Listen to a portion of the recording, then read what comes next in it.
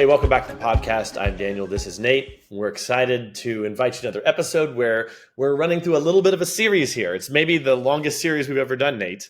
I think it is. Yeah, where we have themed some episodes.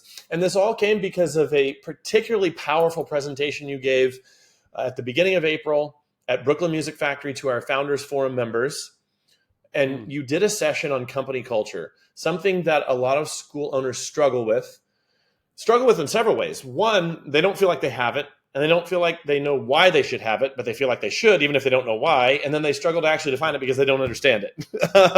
And so it's just one big confusing mess for people. And you did such an amazing job, so much so that I was like, man, I don't want to do just one episode on this. I want to go through point by point in that presentation and do an episode per point. It's going to make the podcast episodes a little bit shorter, which is fine. But this is so important, and it's such a question mark for so many school owners that I just felt this could be a really good contribution, because I don't see this talked about all that often in our industry. And when I do see it talked about, it often isn't done well. So anyway, welcome back to the podcast. We're going to unpack another one of these today.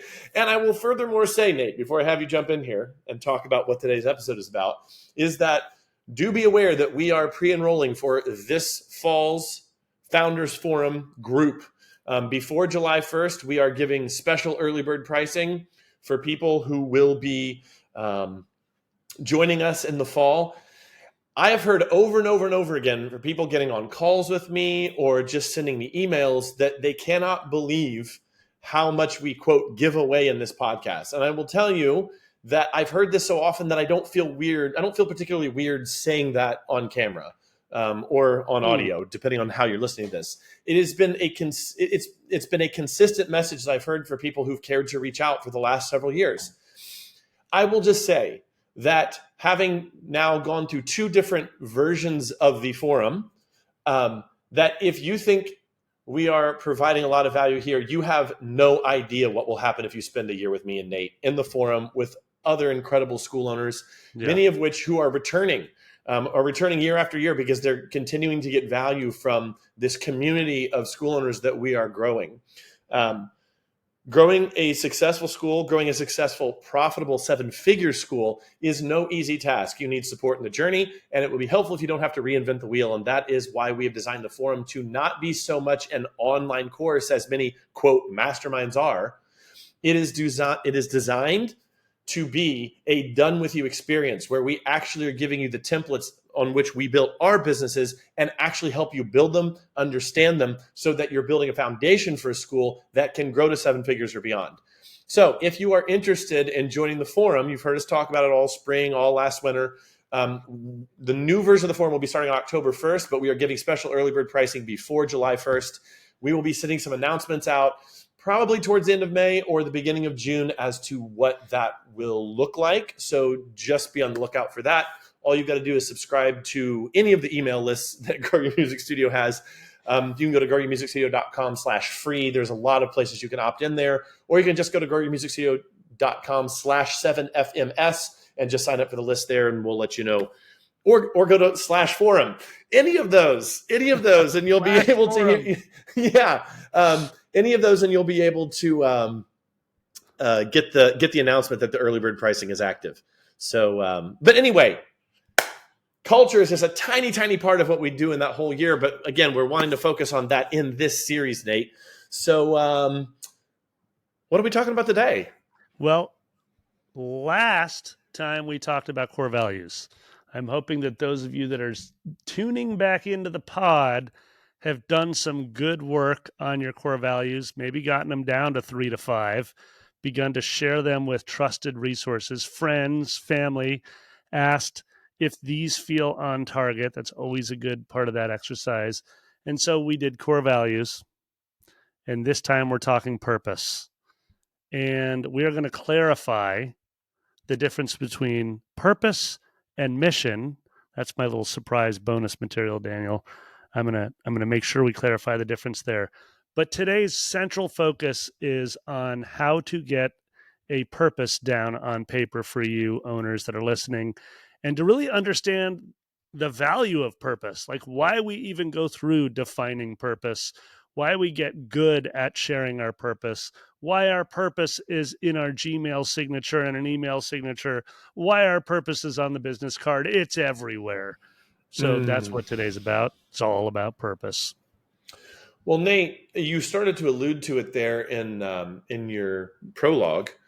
Um, Help me to understand the difference between the core values of the school and Mm. what a clear school purpose is, because on the surface they sound very similar to one another. So can you make that crystal clear, or do you feel like you already gave your strong definition for it just a minute ago? No. Let me differentiate. It's a great question. So we talked about values last app. If you haven't listened to that, be sure to go back to that. Um, and one of the things you said in it, just to open, is you said, well, values are like your being. It's literally like that energy, the heart. You wake up in the morning and you may not be very good at um, expressing specifically and succinctly what those values are, but you absolutely have them. And it's the way you show up to your music school and do everything from, sweeping the floor to sending an email to teaching a piano lesson. These are these values that are essential to your being, right? Whereas the purpose is clearly defining for your families, for your customers, how you are going to deliver on promise, i.e., what is it that your school actually provides to the family? So if my core value is build community, I can't just go to my family and say, "Would you like to sign up for a build community lesson?" Right? They're going to be like, "What?" It doesn't work like that. So I have to give them a very clear purpose, like exactly what they're going to get and how we're going to do it. But the purpose statement is a very succinct. It's almost like an elevator pitch of the how and the what. Mm. The one thing I'll observe about what you just said there is that it sounds like core values are internal facing and clear school purpose is external facing. That's maybe Mm. another way to make that distinction. But another way that is probably more practical or pragmatic is to say that you're being very, very clear on what's going to be delivered, possibly how it's going to be delivered, and the outcome that they're going to get. That's what I feel like I hear you saying. And so even just comparing Brooklyn Music Factory to, let's say, something like the Piano Express in Northern Virginia, Brooklyn Music Factory. Look, I've been around you for years. I will define your clear school Yeah, purpose. you can go ahead. Yeah, Give me your purpose pitch from BMF. you tell me how close I get. You are a songwriting and games based school. You are not trying to turn out students that are going to go to Carnegie Hall and play on a stage in front of thousands of people. And that is evidenced by the fact that Brooklyn Music Factory doesn't do recitals. They do, if anything, they do ensemble performances. Yeah, songwriting parties as Yes, bands. songwriting parties, bands, like that sort of thing. So it is somewhat of a performance driven culture, but not more in that classical vein. It's more of like the jazz vein, the rock vein, the more modern in the way that it's done. How close am I getting, Nate? Yeah, you're doing great. And Yeah, you know what? Let's just let me go straight to actually literally reading our purpose. Like this is at the yeah. bottom of my email signature, because why not? It's basically taking what you said, and we're going to talk about an exercise in a minute, which is very Mm. aligned with what you just tried to do, which was like, if you were to ask someone, what would they say your school's purpose is? So thank you love that you just stepped up to the plate. That was great. So Brooklyn Music Factory, this is literally just a screen grab from, my email signature. We offer an alternative to the typical lesson with a game-based curriculum that inspires songwriting and a community that supports every step of the learning process. So that's our purpose statement. Mm. We offer an alternative to the typical lesson with a game-based curriculum that inspires songwriting and a community that supports every step of the learning process. That's what I left out, that community piece, which is very important for BMF. That's interesting, Totally. right? Like that Yeah. communal support every stage of our musician's journey is key. But you nailed the first two.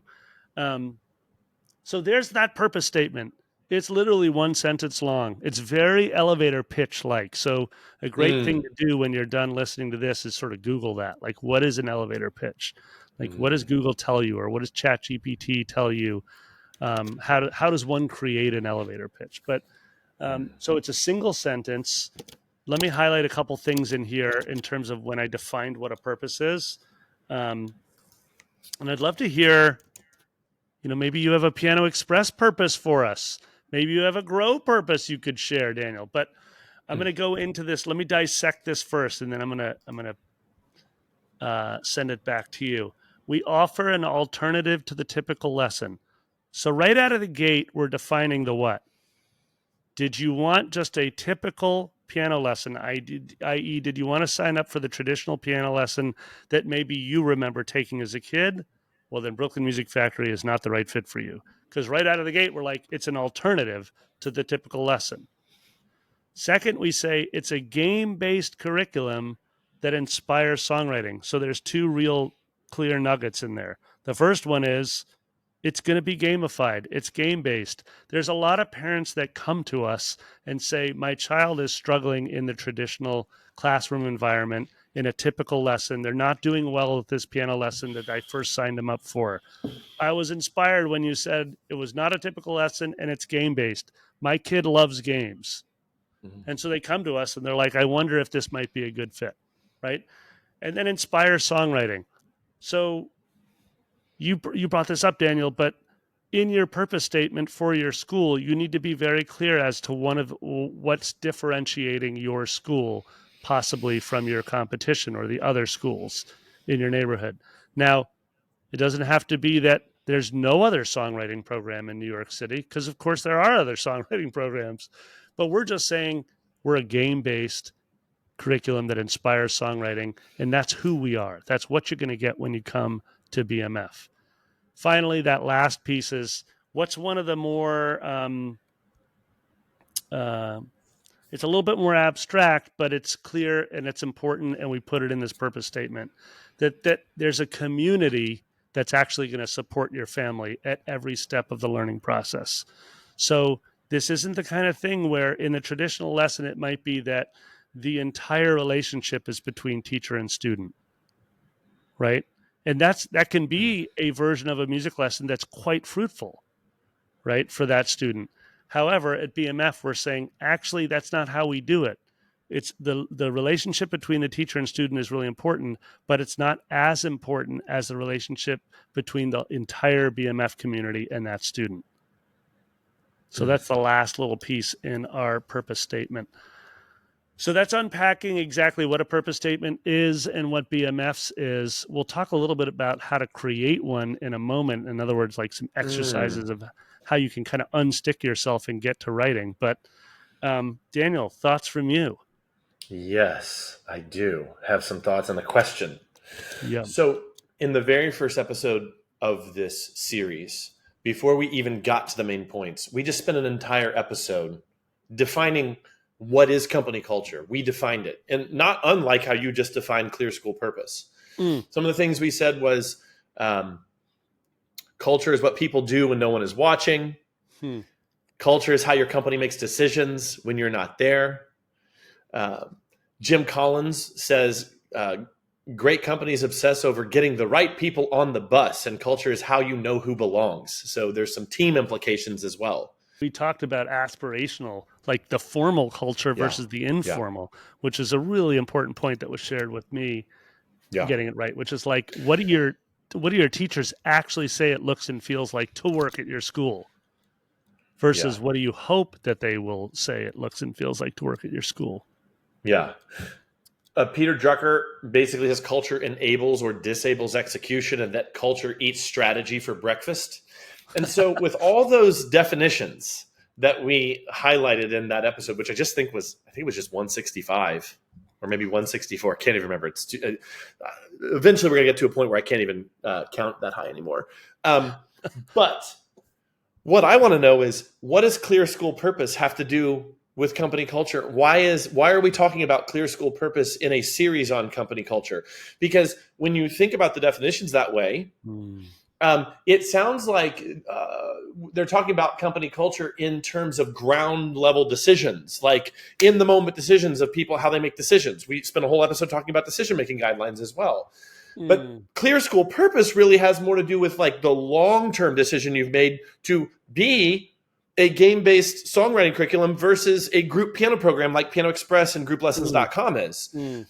So is it just that simple? Like, oh no, it is a decision-making guideline too. It's just a much longer-term decision. Or do you see clear school purpose defining culture in a way beyond even what I'm suggesting here?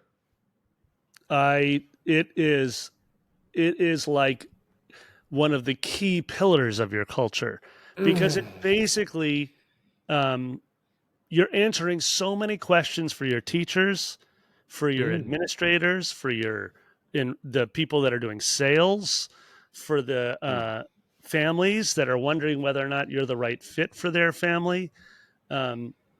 Because in that purpose statement, you're saying, hey, you're not only just saying what it is that you intend to do and how you intend to do it, you're also saying all the other things that you do not intend to do. You're saying no to lots of things in that purpose statement.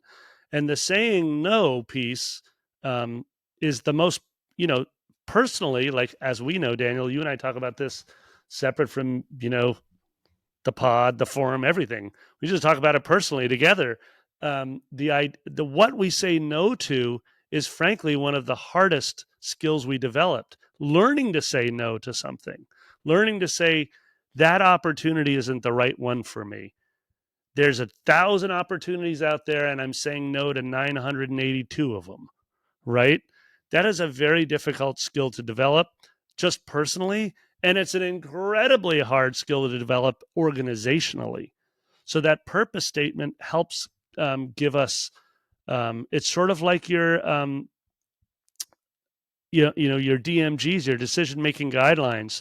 Like in Brooklyn Music Factory's purpose statement, we're at every single monthly all staff, we're repeating that out loud and saying, and doing a section in our all teacher meeting or our all staff meeting on how to level up your gamification of your lessons, how to use big music games at the next level in your teaching. Then we're talking about songwriting. We are always highlighting an original song that's been created in the last week or in the last month. We're just constantly celebrating that. So that purpose statement is like, it's essentially like that thing where, if you're ever unclear as a teacher, or if you're ever unclear as a marketer in your school, or as a salesperson, or as a parent, that purpose statement is that thing you can just look at and you can read and you can be like, oh, this is the correct answer. This is actually, it's going to help me make decisions. It's going to help me say no to that choice. It's going to help me say yes to that choice. So it may sound sometimes abstract, but it isn't at all. Once you really get your purpose clear, it becomes that North Star for you. Absolutely. It's North Star for every department in your school. Yeah. It is a decision-making guideline, but on a macro level, not a micro level. Yes. And totally. to go back to one of the definitions I said earlier, it helps you know how to get on the bus. Just to speak about the Founders Forum again, one of the things we do in the forum is actually show real life hiring processes that you did with specific people. And we can see in real time you guys interviewing people, because you recorded it, obviously, for the purposes of the forum and also some other things, some secrets I won't say. But knowing what Brooklyn Music Factory's Clear School purpose is, I can understand why Pira, in one of those videos that we show, your co-founder, why she was asking some of the questions, and how, unbeknownst to the candidates, they were either answering with red flags or green flags, because Pira was judging the answers to something that might not even be seem quite innocuous in terms of a question. But she was saying, does this person align with our Clear School purpose? And of course, in the forum, we give a lot of guidelines for how to create your questions, how to run demos and run interviews like that. Hiring is a big topic that we talk about in the forum. hiring a team and preparing them and all that sort of thing. Again, I'll shut up about that. But I just wanted to highlight that one particular thing, because that how you know who gets on the bus, that's really important to me, because in the context of Grow Your Music Studio and grouplessons.com, like, we have had some really good success with hiring people, because we know very, very well who will fit inside of our culture. Our culture is pretty brutal. If you don't fit a certain type in terms of your attention to detail, you are not going to have a fun time working for us. But the people who we hire, I have been consistently told when we hire the right person, after like a month, they're like, this is like a dream come true. Like, instead of me being persecuted or criticized for the way that I like to play by the rules, build systems, stay within the lines, like at other companies where they kind of flew by the seat of their pants, or I got made fun of, or was like, oh, you know, I'm the downer. I fit in here. Like, I love working with all you guys because you all are just like me. Can I say one other thing about purpose and the value of it? Sure. Getting it right too, because this is the piece that, of course, you know, we're not, we're building a business. We're building a long-term sustainable and profitable business. This isn't a hobby, right? This is a business, and the craft of business, as we get better at the craft, our profitability becomes more predictable, right? And so getting your purpose clear leads to predictable profitability and growth. And why I say that is because we've seen this in, you know, both our individual coaching of school owners, but also we've talked about it very candidly in the forum, which is that if you're saying yes to everything, every opportunity, that means you're saying yes to nothing. And that means you're not actually developing a clear, you're not actually developing a rich and deep product where you can make a deep promise to a potential customer and then deliver on that over 7 to 10 years. Because if with an unclear purpose statement, you're thinking, well, maybe what I'll do is pitch out a wide net and do a little bit of everything. But what you're really saying is you're not yet clear on your purpose. You're not yet clear on your North Star. You're not yet clear on the thing that you truly want to develop, right? Because developing a deep product like what you and Greg are developing at Piano Express, that is a lifelong endeavor. You guys have been working on that since you were basically like a couple years out of college. No. The month after I got out of college, we started building Piano Express. Like, I was 22 years old. It's 21 years ago. Yeah. So that's that is a very bright North Star that you guys have been following for a long time, right? So go to grouplessons.com. Go to grouplessons.com. Check it out.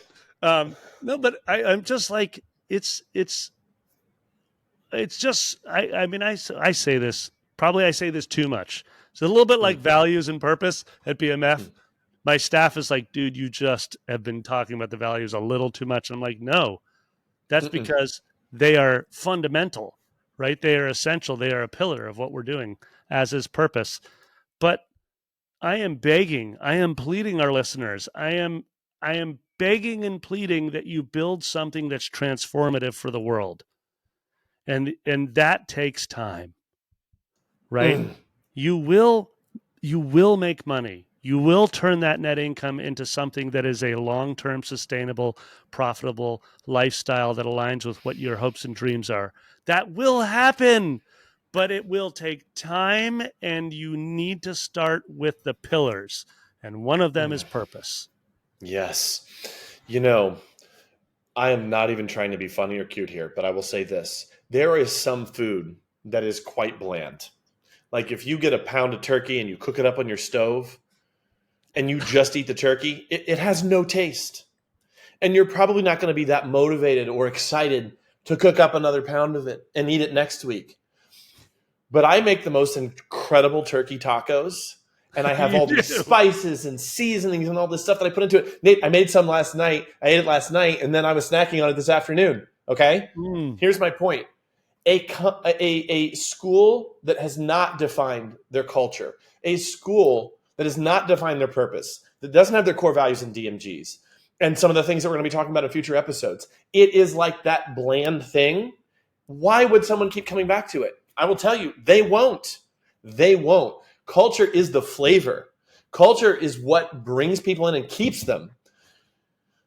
And it pervades your marketing. It pervades how you hire. Again, it's how you know who to get on the bus and that sort of thing. And it just strikes me. It just struck me as you were saying what you were just saying there, that it is what provides just the thing that distinctive. It feels weird to say this, but that delicious scent that just draws people in.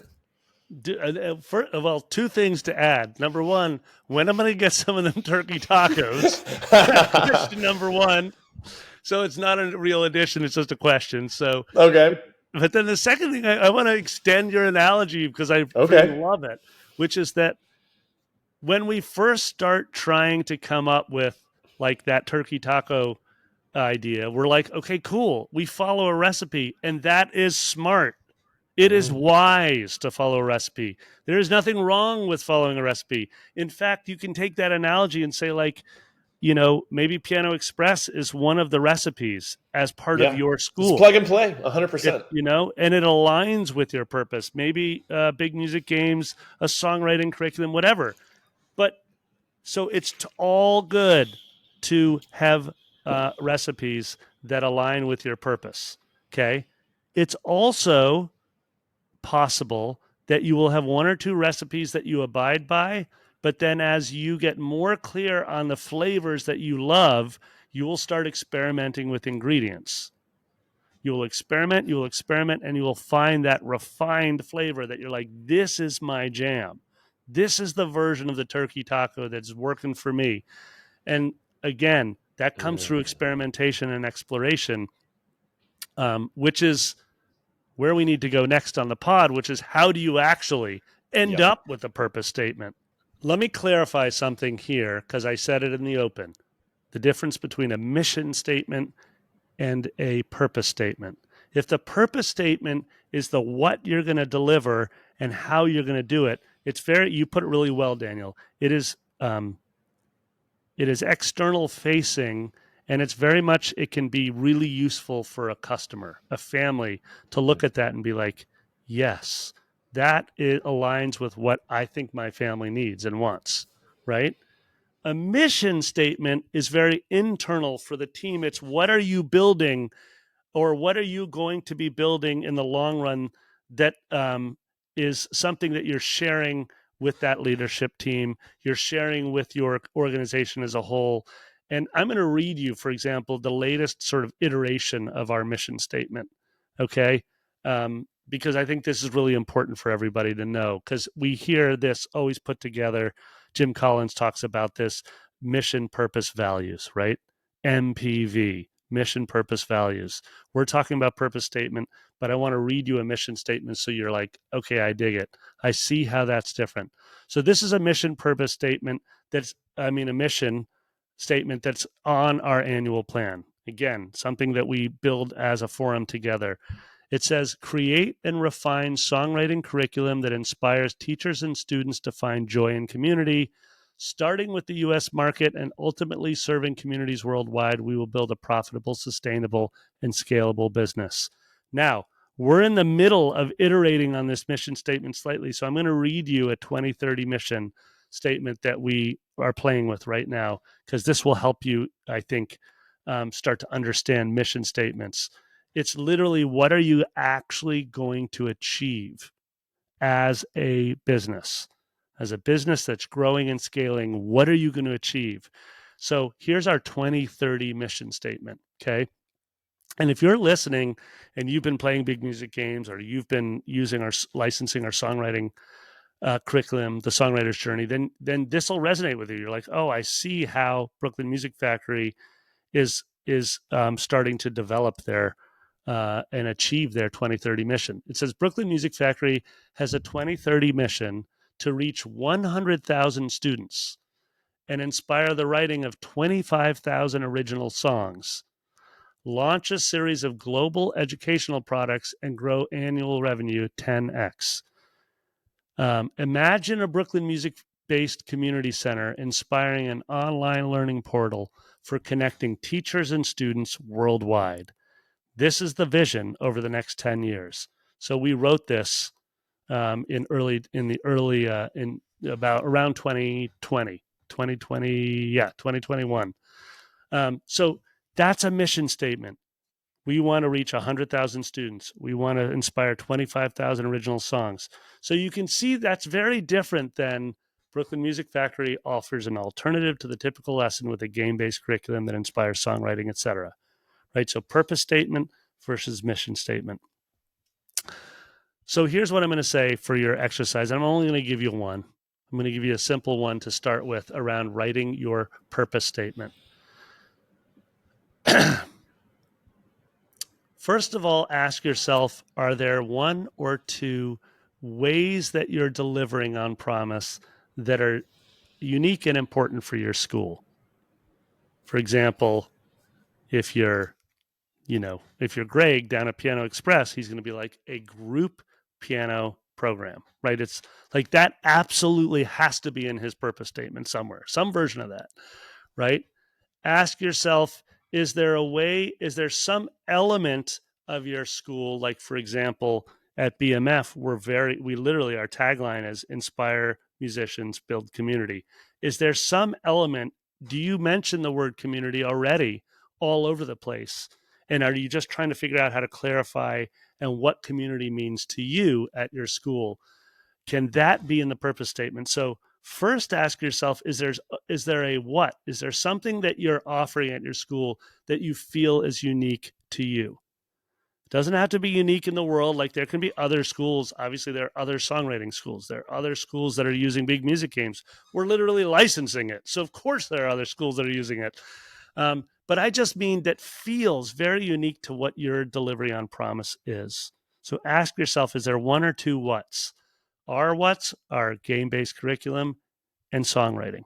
We want to inspire original songwriting. That's our what's, right? The second thing is there some element of the how, like around building community or something like that, that's important for you? Like maybe you're reaching into those list of core values and you're figuring out how to pull a value out and get it into that purpose statement in a real way. By a real way, I mean, listen to that last part of our purpose statement. A community, so it's not just build community, which is kind of a buzzword and people throw it around all the time, but it says build a community that supports every step of the learning process. So we're saying we are an educational institution and we know your student's going to need support from a community at every step. It's kind of like that. It takes a village. It takes a village to raise a child. It's sort of like that kind of idea. So that's the second part of the exercise, is ask yourself, is there some version of your core values that you can pull out and figure out how to put it in a way that makes sense for a family that's considering enrolling? So hopefully that's helpful. Daniel, anything you want to add in terms of purpose writing and exercises, or just a closing thought on that? I would just say, don't hesitate. Right. Do it now Yeah. while it's fresh in your mind. Good. Do it now. Get something down, just like we were talking about in our last ep. Set aside some writing time, get it down, and then find those 2 or 3 trusted friends, family, and say, I want to read you something. This is my school's purpose statement. Does this sound like is it on the mark? Is it the kind of North Star where you'd say, yeah, that sounds exactly like you? When I walk into your school, this feels like it embodies it. You got to test your purpose statement out on a lot of people. So can I give one book recommendation, Daniel, to close out? Love it. Please. Yes. This purpose statement that we're using right now that I shared with you came out of a book club that we did. We read Donald Miller's Story Brand, and we did it amongst we had 5 key team members read this book, and then we collaboratively wrote this purpose statement coming out of that book club. So it took us about a month, right? Okay. So that could be a really fun way to do it. Find like 1 or 2 teachers that are deeply invested in your school.